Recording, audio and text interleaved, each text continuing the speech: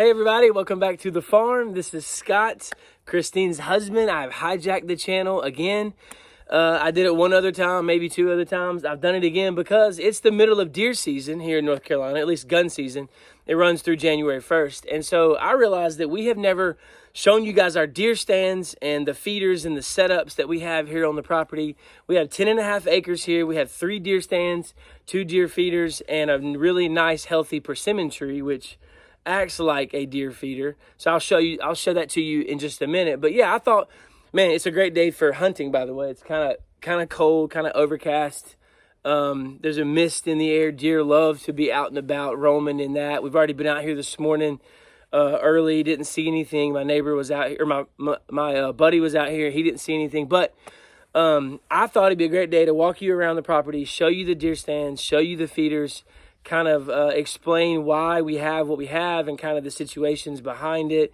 Just because when you're homesteading, I mean, it makes a big deal when you can hunt and maybe catch something and provide for your family. So every deer setup's a little different on everybody's property. So I thought it would be great to take you around and show you ours. So let's go. Okay, so as we're walking, I thought it'd be a good idea. Well, I'll kind of turn you this way to show you where we're going. So the first deer stand is through this gate and right beside that tree for some cover. But while we're walking, I kind of just wanted to explain, you know, a lot of people have different feelings about their property when it comes to letting other people hunt on it. Okay, so a lot of people have different ideas when it comes to like your property and how do you let people hunt it? Do you not let people hunt it? You know, I've heard people say it's my property, no one gets to hunt it but me. Don't be like that. I don't think that's healthy. I think you see your property as a gift from the Lord, as a blessing, and it's good to be able to share that. Now, that doesn't mean you just willy-nilly let people use it. So yeah, some people, you know, they get upset. I have an agreement with everybody that uses this property, and there's all kinds of agreements, but when you're homesteading like this, you can kind of barter for services like in the old days. This particular stand that we're about to look at, my neighbor actually built it, and the agreement was we could both hunt on it, and you know, anything that we either kill, we get to share in the profit of the meat. So that's the agreement we have. So work out whatever agreement you have with your neighbors, but let's be friendly, let's be kind, let's be loving, and let's not be stingy. So without further ado, here it is. All right, so this is the first deer stand that was built on the property. So first off, you notice it's kind of hidden behind this big green evergreen tree. So it's meant to kind of provide some cover. It's painted green. It's along the fence line. So this is the end of my property right here. And that's not my property over there. So it kind of runs along the fence line. We're gonna walk up it here and see. These were put in because animals would go in there, especially my horses. They would come in here and they would nudge and they would kind of knock it out. So we had to redo it a couple times, but we're gonna walk up here and take a look.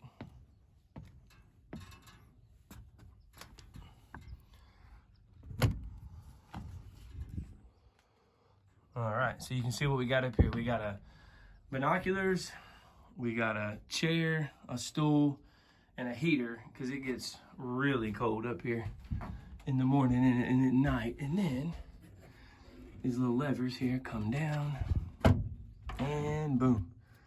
There is your, boom. There is your line of sight for the deer. So you can see, and we'll go down there in a minute and I'll show you kind of why that's our setup. You can kind of see the deer feeder, and we have 2 deer feeders down there. You can kind of see it. And then this side also opens for two lines of sight. So really you get the whole length of our property. I mean, all the way down, not the whole length of the property, but you get a very wide angle all the way down there. And it runs through, that's our riding ring down there, and then it runs through all the way over here to where the deer are. So it's a really nice setup. It's really nice in here. When the heater's on, it actually stays pretty warm because it's a pretty small and confined area. So yeah. All right, I'm gonna shut these back, and then we'll head out and walk down there. We'll walk down there and take a look at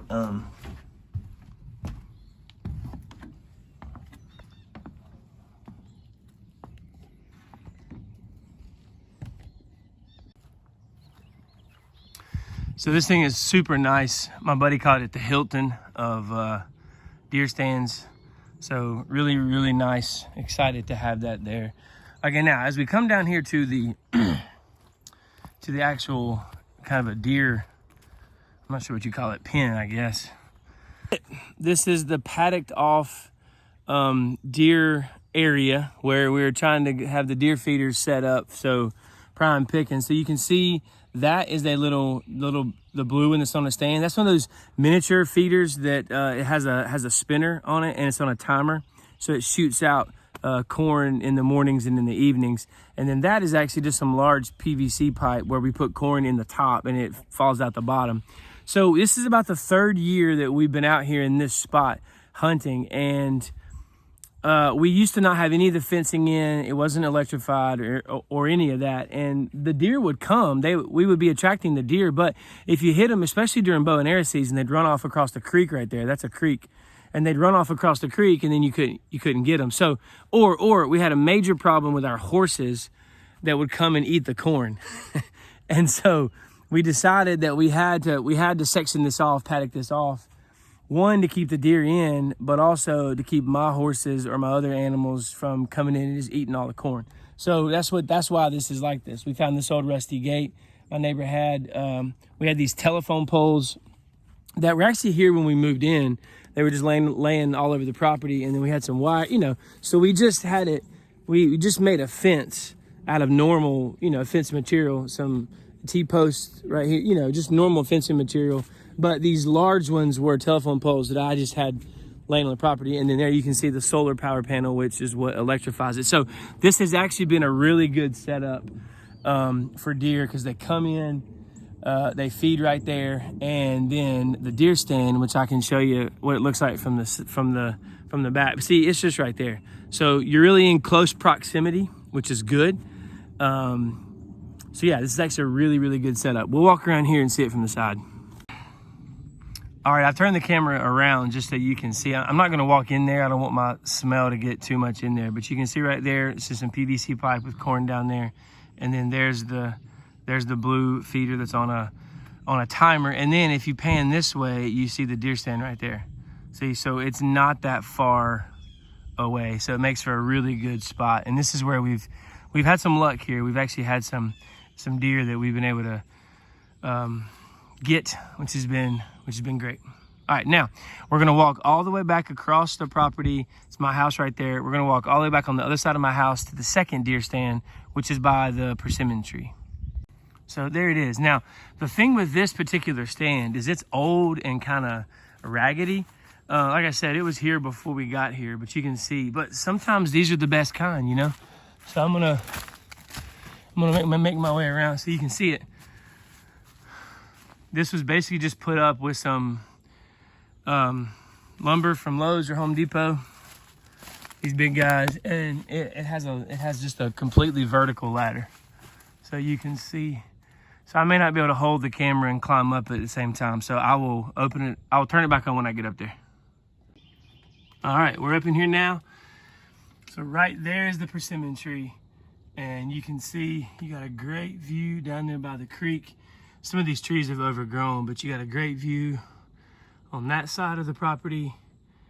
Right, all this is where the deer love to go, but right there you put your gun out, or your bow and arrow, your compound bow. Right there, they come up to the creek, they feed on that tree, they come down here. Perfect spot for it. Now this deer stand's getting kind of raggedy, so it definitely needs to be repaired, but it's still great. It's got 3 sides. There's not much deer happening over here, because this is kind of, my kids end up playing over there, so there's not much over there, but you can go from all 3 sides. And like I said, prime pickings. All right, we have one more deer stand across the creek that way, away from the house. So let's go check it out. All right, so now we're walking back to the other opposite end. So the first deer stand that we looked at, the green one, we're now on the far opposite side of the property from that deer stand. Whoa, about fell. So I'm gonna, well, let me turn the camera around a little bit and show you. Okay, so this is a really, really interesting part of our property because the house is way up on that side, back that way. And this kind of crosses over the creek. I'll show you the creek in a second.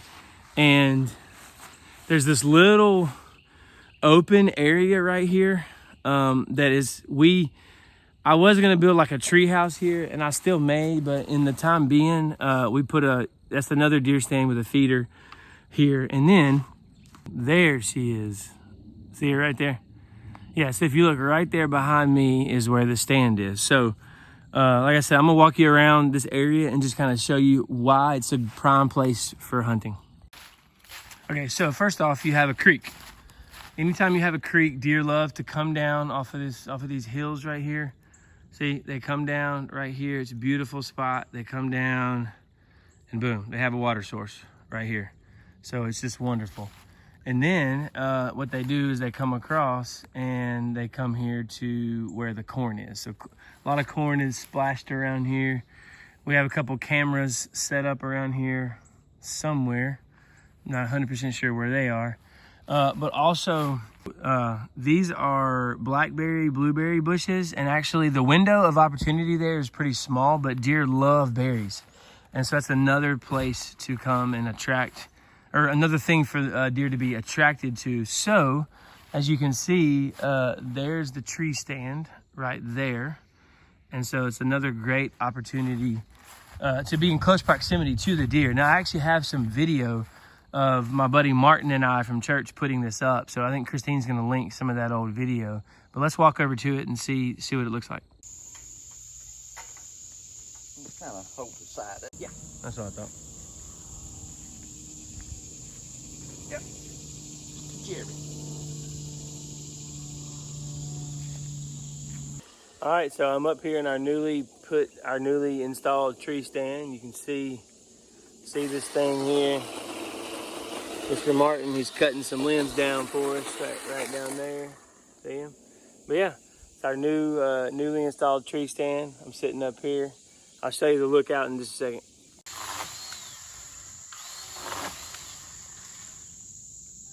So what he's doing is he's cutting down limbs.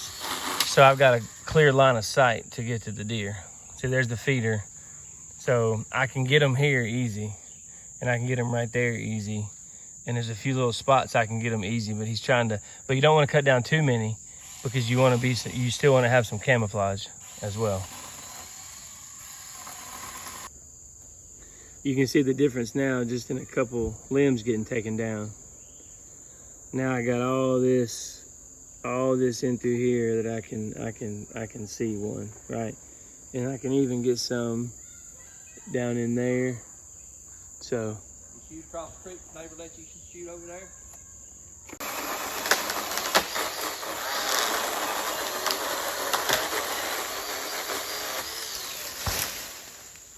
Now, leave that stuff right there. Matter of fact, you might want to pile all this brush right up on top of it.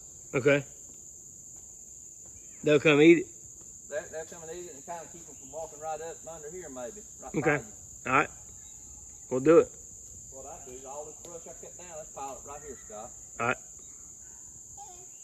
You see what we got going on now? Look at all that line of sight I got. Look at that. I can get all in through there. And we cleared out all down through there. Good. Now we're gonna get something and get these extra limbs right here just so it'll block off. I mean, we'll get those down and we'll be perfect. I'm gonna get some camouflage backing, extra camouflage around this thing right here. And yeah, I'm gonna get, sorry about that. Yeah, I'm gonna get some camouflage around the side. I'm gonna put up a little thing so when my kids get up here, it's a little safer. But yeah. Alrighty, here we are. So you see, it's just your basic tree stand.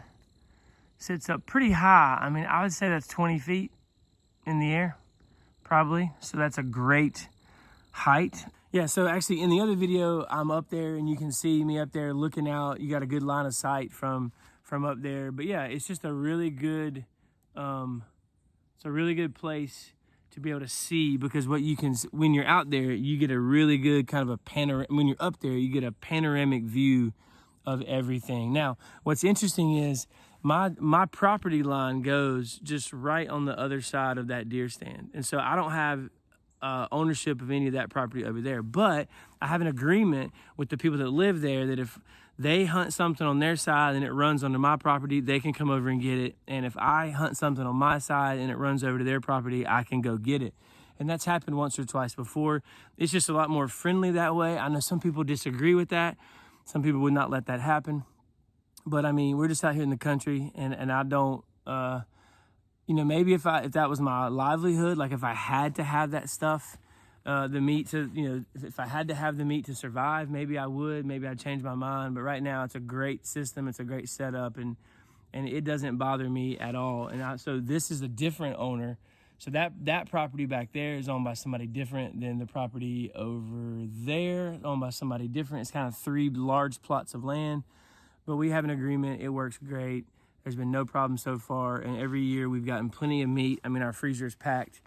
So there's really been no issues with it. So yeah, these are some great opportunities to hunt. So like I said, three places on my property. One is kind of a homemade deer stand.